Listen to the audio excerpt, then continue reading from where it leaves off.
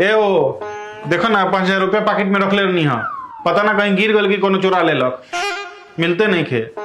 ए जी ये सब छोड़ी ना, का चक्कर में पड़ल बानी मोह माया के। 5,000 चल गए तो चल गए, कोनो चोरैलहू हुई तो जाए दी।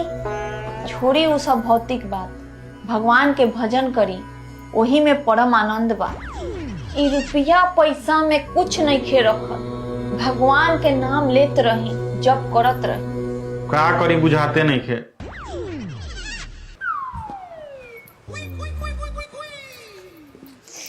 मजा आ गई, हो गई जुगाड़ 5,000 की। यस। पापा ई सोयाबीन के सब्जी खाता नहीं और रोटी। रुकी अभी मम्मी से छोला भटूरा बनवा बतानी।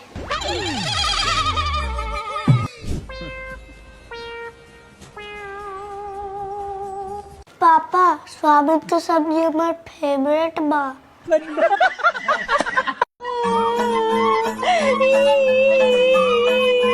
काहे रोती है कनिया, काहे रोता रू? शादी के पहले इतना अच्छा अच्छा सपना देखले रही कि शादी हमर होई तो हमर सास मिलियन कौशल्या नियर, पति मिलियन प्रभु राम नियर, आ मिल गइल कैसा। रउआ काहे रोए लगनी? ए कनिया सपना के का ले ले बारू, सपना कोई के पूरा ना होला।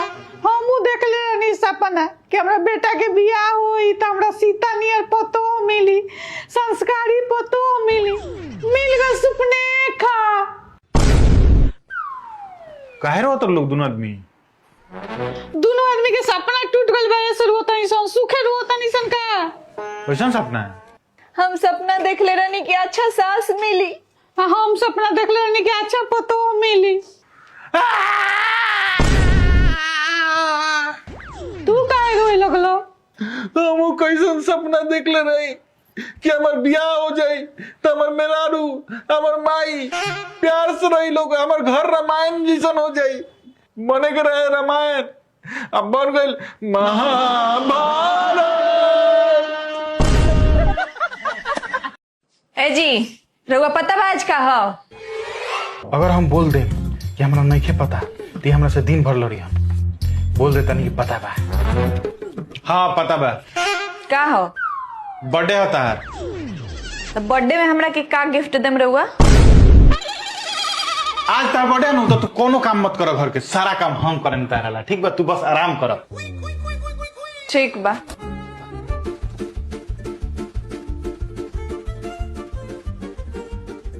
ए हो कितना को पूरी खाइबू? 6 गो। ठीक बा, सारा काम निपटा देनी तार। साली साहिबा के फोन काहे आवता है? हेलो, हाँ साली साहिबा। हाँ जीजू हैप्पी बर्थडे। अरे हाँ, हमरा भी लोग फोन लगा दिले बनी, अपना बहन भी लगा के बोली आज राउर बर्थडे नु हाँ। आज कितना तारीख हो? 20 अक्टूबर। हैप्पी बर्थडे पति देव। पहले का जमाना। जा अब का करी, कपड़ा तो गिर गइल बा, घर में कोई हेलो ही नहीं खे। एगो काम करो तनी, कोई तो देखत हेलो ही नहीं खे, जाके उठा ले तनी। कनिया तेरा घर के इज्जत के तनिको ख्याल नहीं के, घर के इज्जत परंपरा के तू नाश करो तारू। बताओ तो आज के आइल कनिया घर के बाहर तू लौको तारू। मम्मी जी माफ कर दी हमरा के, आज के बाद गलती ना हुई, कपड़ा गिर गइल लखो। अब का जमाना। इस सवेरे से कहाँ ना पता बिया। कनिया कहाँ से रमत झमत हो तारू? मम्मी जी वो ऑनलाइन साड़ी खरीद ले रहनी हनु, तो बगल वाली चाची जी से दिखावे कर रहनी है। ई गई रही साड़ी देखावे कि सास के शिकायत करे। मम्मी जी हमार बहन के बियाह बा, एगो लहंगा खरीद दी ना। बाक कनिया तूहू बुड़बके बारू, लहंगा किन के का करबू? लहंगा इतना भारी होला, एक दिन पहिनबू आ फिर पेटी में रखा जाई। इतना तो अलमारी में साड़ी भरल बा, वही में से एगो पहन ली हो। देख लू माई के दिमाग, पैसा बचा दे लखनऊ। अच्छा वो सब छोड़ी लोगी, खाना का खाए में लोगी? आज छोले भटूरा बना दो। ठीक बा। माँ आज छोला भटूरा खाए के मिली बहुत दिन बाद। देखो कैसन बनाओ तरी। हेली लोगी, मार भात खाई लोगी। मार भात? हाँ कनिया तू बुढ़बा के हो का? कहनी है छोला भटूरा बनावे के बना देलू मार भात। ना मम्मी जी, हम दिमाग लगैनी हाँ। छोला भटूरा खैती लोग तो पेट खराब होइत, अब पेट खराब होइत तो डॉक्टर ढूंढी जैती लोग, आ डॉक्टर बोलित कि मार भात खा। यही से पहले ही मार भात बना देनी हाँ कि डॉक्टर के खर्चा बच जाई। देखनी हमार दिमाग, पैसा बचा देनी नूरवा लोही के। बबू बियाह हो गइल बनू तो मेहरारू जौन कही तौन मत करी हो। ए घड़ी के लड़की के जानत नहीं खो, सब सिखा पढ़ा के बस में कह ली हंस। ठीक बा माँ। अच्छा ये बात बा। ए जी, हमरा पापा के 1 लाख रुपया के जरूरत बा, रउआ मत देम। और हमरा 4 गो साड़ी के जरूरत रहलक, लेकिन छोड़ी रउआ पैसा मत देम हमरा के। काम वाली नु बिल्कुल मत रखेम घर में। माँ आज तू जन बोललू हनु उहे कहनी ह। तू कहली हमरा से कि हमरा पापा के नु 1 लाख रुपया मत भेजे, तो हम फटाक से भेज देनी है। अब कहली ह कि हमरा के 4 गो साड़ी खरीदे के पैसा मत देम, फटाक से ट्रांसफर कर देनी है पैसा। तहार बात हम मानतनी, एगो बात ना माने मुनकर। और कहली ह कि नौकरानी मत ले हम घर में, खर्चा हो जाए पैसा। बात कर लेले बानी, कल ही नया नौकरानी आवतिया, उनकर बात हम मानतनी। हम बस में ना हो के उनका जोरे पगला, सब तो बतवा मानिए ले ले, उ तो सब मनवाइए ले लग जो चाहत रखियो। अरेंज मैरिज का सुख। ए जी खाना खा ली। हाँ ये एक किस्म का सब्जी बनेले बारू तू हैं? 4 किस्म के काहे ना बनेलू हो? हमरा 4 किस्म के सब्जी खाए के आदत बा। ये एक किस्म के सब्जी खा के हम ऑफिस जाएम। माफ को दी, गलती हो गई, कल से बना दे। लव मैरिज का दुख। Baby baby baby. हाँ हम खाना बना के रख देले बानी, जाता नहीं ऑफिस, तू खा ली ह। सब्जी कितना किस्म को बनाई नहीं है? एक किस्म के ही बना पैनी ह, समय ना मिलल ह।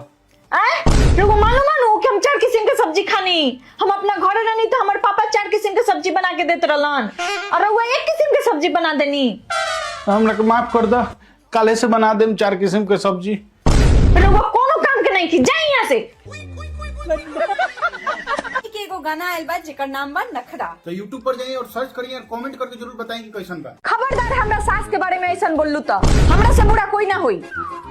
हम कुछ वो सुन सकता नहीं, लेकिन अपना सास के बारे में ऐसा बात नहीं की सुन सकत। वाह हमार पतो कतना हमरा के माने ले, कोई कुछ बोलता तो लड़ लेती या।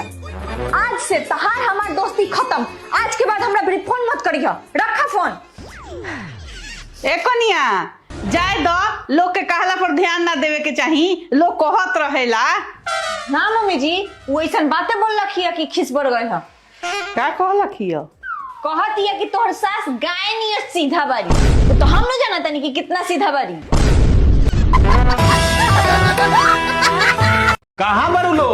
ऑफिस से अइला इतना देर हो गई हमरा, अभी ले खाना निकाल के ना रख लू लो। ए जी आज चले ना बाहरे खाना खा लिया, आज खाना नहीं खे बनल। हैं माँ का अभी देखो अभी ले खाना नहीं के बनल। अरे छोड़ ना बबू, चल ना रेस्टोरेंट में खा ले के। वो सब तो ठीक बा, लेकिन खाना काहे ना बनल ह? उ देख ना बबू, बगल वाला घरवा में झगड़ा होत रहलो। हैं बगल वाला नु घर में झगड़ा होत लख ह, हमनी यहाँ खाना काहे ना बनल ह? वो हमने के नु दोनों सास पतो झगड़ा देखो तनी हसन, के जीतोता के हारता। अच्छा जी ये बताइए, मैं अच्छा खाना बनाती हूँ या माँ जी? तुम अच्छा खाना बनाती हो।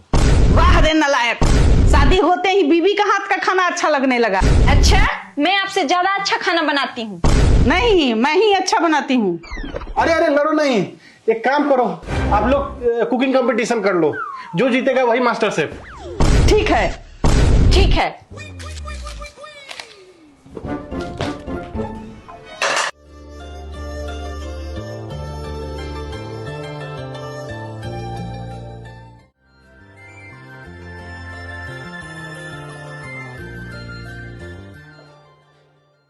वाओ, अच्छा मंचूरियन बना है। खाइए खाइए।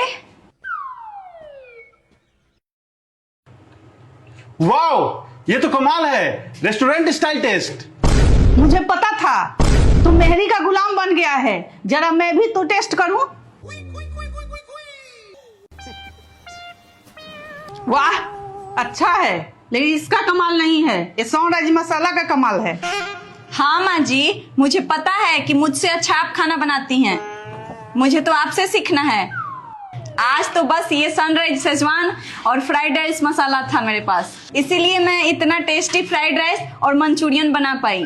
अच्छा बेटा, अब तो घर में चाइनीज भी बोरिंग नहीं होगा। घर के किचन में रेस्टोरेंट जैसा स्वाद।